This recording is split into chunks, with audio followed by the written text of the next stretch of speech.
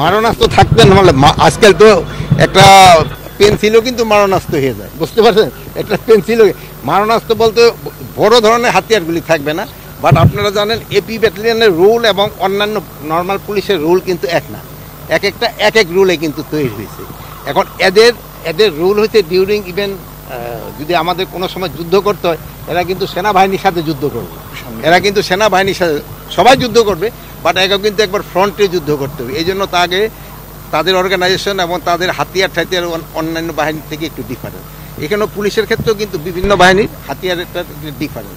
যেমন এখন ধরেন যে নৌ পুলিশ, তার হলো জলযান হলো বেশি দরকার, আবার ইন্ডাস্ট্রিয়াল পুলিশের হলো অন্য ধরনের, একটা পুলিশের রিকোয়ারমেন্ট এক রকম, বাট এদের ক্ষেত্রে হলো রিকোয়ারমেন্ট অন্যরকম। মারণাস্ত্র তো সবার কাছে, মারণাস্ত্র বলতে হলে ওটা বুঝাইছি বড় ধরনের অস্ত্র থাকবে না, তার কাছে তো রাইফেল থাকবেই। এখন তো মরণাস্ত্র বলতে দিয়ে আপনি তো ওই কি বলে একটা চাকুও তো মরণাস্ত্র, ওইটা দিয়ে তো মানুষ মেরে ফেলানো যায়। যানজট নিরসনের জন্য আমরা তো চেষ্টা করে যাচ্ছি, বাট হচ্ছে আমাদের আপনারা জানেন প্রত্যেকটা দেশে হলো যতগুলো রাস্তার পরিমাণ থাকতে 25%, আমাদের তো 7% রাস্তা নেই।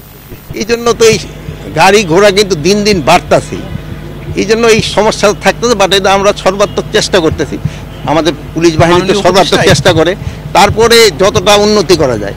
মাননীয় উপদেষ্টা 11 মাস তো হয়ে ওয়ালটন আবারও মিলিয়নিয়ার অফারে ওয়ালটন ফ্রিজ কিনে আপনিও হয়ে যেতে পারেন মিলিয়নিয়ার। গেল আইন শৃঙ্খলা পরিস্থিতি আপনার কাছে কি মনে হয়? আমি বলবো যে এইবার আপনি দেখেন ঈদে আপনারা কোনো একটা খারাপ রিপোর্ট কিন্তু করতে পারেননি, আল্লাহ দিলে সব কিন্তু ভালোভাবে করছে। এইটা বোঝা যায় যে আইন শৃঙ্খলা অনেক উন্নতি হয়েছে। তবু আছে, এটা তো একটা কোনো লিমিট নাই, এটা যতই উন্নতি হবে আরও উন্নতি হতে থাকবে। ছোটোখাটো দু একটা ঘটনা যে ঘটে নাই তা না, দু একটা চুরি হয়েছে, দু একটা চিন্তাই হয়েছে, বাট বড় ধরনের কোনো সমস্যা হয় নাই।